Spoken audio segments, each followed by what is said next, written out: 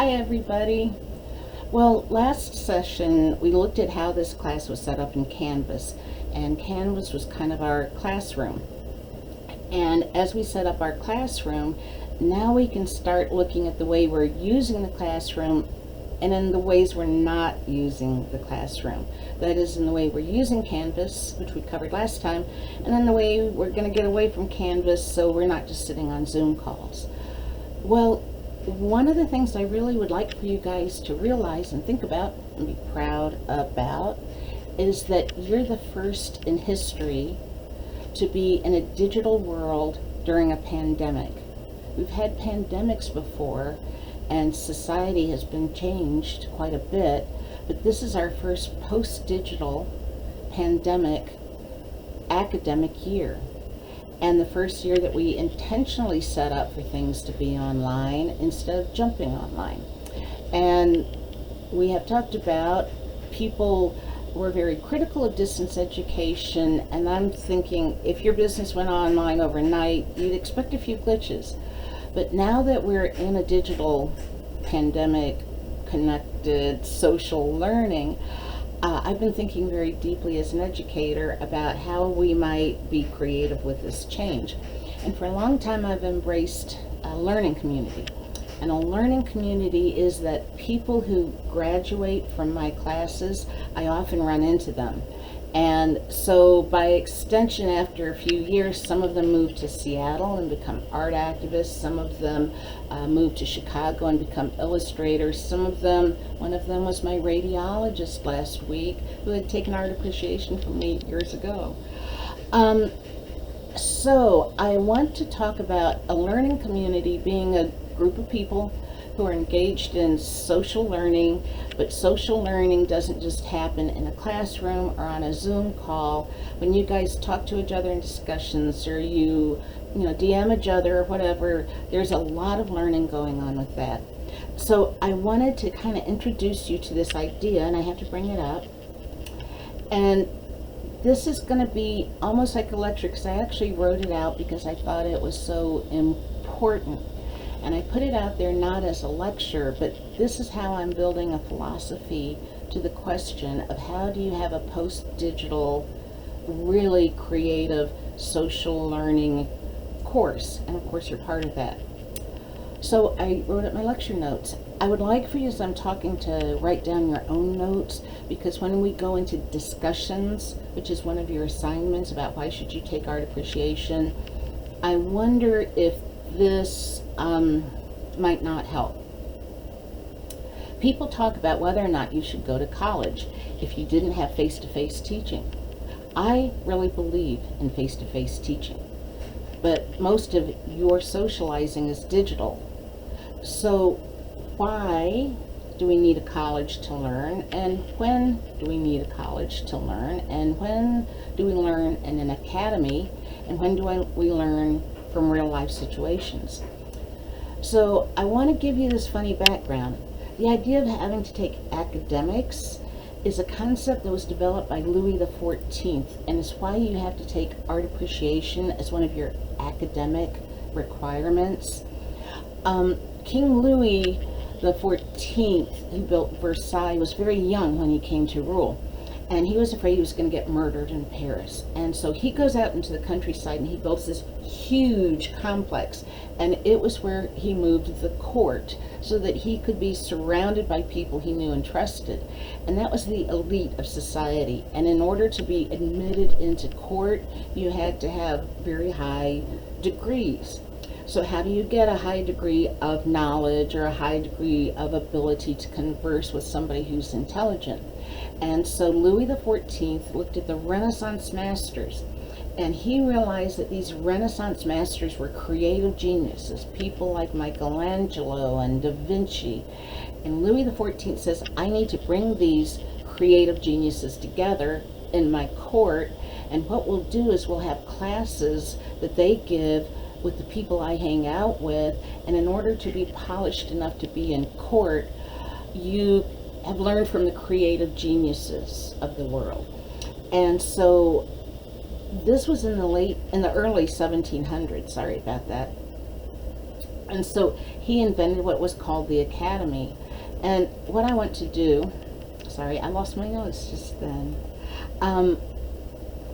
If you imagine everybody like Stephen Hawking and Chio Kaku or Elon Musk or David Cho or Tupac, you name whoever you think is a creative genius, and you think, okay, the government brings all of them together and says, if you really want to be a celebrity at the top of government, all these people know each other and have to be well educated. Well, the idea of getting a degree shows that you're pedigreed because you have a degree of polish. So people would go to Versailles, they would take classes from the creative geniuses of the world, and then they would be able to converse in salon about mathematics or politics or finances or start their own businesses. And if you took art classes and music classes and philosophy classes, then you were considered to have a degree of polish. So that's where we get your degree from. And this is called the Academy. And once you graduated from those classes of the Academy, finished your academics, you were kind of certified in society to be a professional because you rubbed elbows with these people. Well, the funny thing about that is that this idea of having an academy or academics where you have to be a well-polished individual of society and you go to school to get credited or degreed so that you can be in a profession is based on this idea from the 1700s. And there's a lot of people who say in a post-digital world, does that really work? Well, what happened before we had the 1725s, and that's how you learn as you go to college? It used to be that during the Renaissance you would have a master, and the master would simply have somebody come to the studio, an apprentice, and they'd sweep up, or they'd bring you coffee, or they would do chores, and by watching the master they would learn. That would be like if you wanted to be a radiologist, you just shadow a radiologist around and do whatever they needed you to do, and by watching what they were doing and them talking to you about it, you yourself would be a radiologist, a lawyer, a doctor. Just imagine your profession, and if you could dispense with the academics altogether and just go learn from the person. Well, in the Renaissance with this apprentice, you are actually coming into my studio, and I am a master artist. I have a Master of Fine Arts, and I have an apprentice which follows this long tradition of artists having apprentices in their studio, and their name is Chandler. And he's busy helping me in the studio set some things up, but you'll probably see him walk into the studio soon.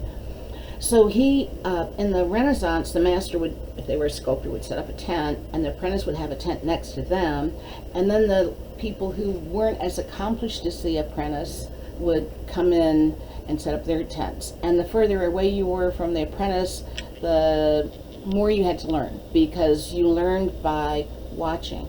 And sometimes if you didn't want to ask the master a question, you would just go to the apprentice tent and hang out and watch the apprentice work, because, oh, that's how you do it.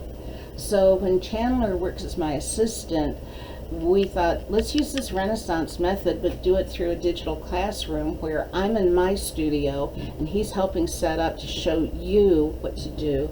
Come on in, Chandler. Hey, say hi to everybody. Hello, everyone.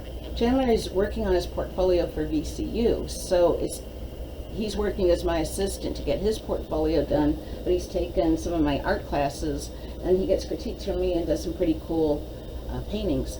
So what'll happen is he'll go work in his studio, and his professional studio, he's working on marketing his work, and when I give an assignment, I'll get it started, and then he'll pick up on it and kind of run with it from a student point of view. So in art appreciation, he might set up some still lifes or show you how to be creative, because we're about ready to have some creative projects that work with your cell phone. So if you see Chandler, did I cover it pretty well? Okay, so that's what Chandler will be doing. Now he's going to go finish all the work I have for him.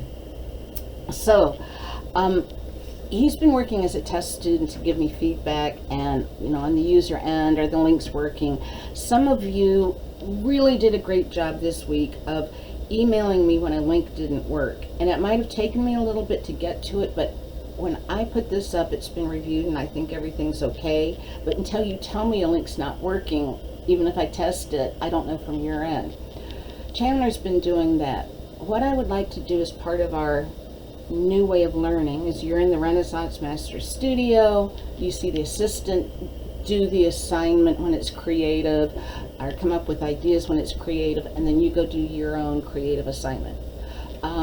If you end up chatting in the chat room or anything like that, that's fine, but when you see him, that's why he's there. I thought your discussions were excellent, and these discussions are a good example of you guys creating your own community. I made this video because I wanted to kind of establish the idea of we're creating an entirely new way to learn that we can experiment with. Who Chandler is as an apprentice, he's part of a learning community that extends way back and all over the country, and he's kind of dropping into the classroom because it would help him out as well. If you can think of other ways to integrate that, that would be great. So today I'm introducing you to the idea of the apprentice in the studio doing the Renaissance approach to education as a throwback, and each week I'm going to add a module adding on to how we might go forward as a class, download some apps. So we have Canvas as our classroom. We have this idea of you're in the studio of a master artist, and then you might visit some of the apprentices of the master to see how this works in your life, and then you get to do creative projects on your own. I hope this helped you understand the next sequence of events as I challenge you to be more creative, as well as think about these thoughts and how art appreciation might in fact educate you about your intended degree or field. All right, thanks for listening to that. Bye-bye.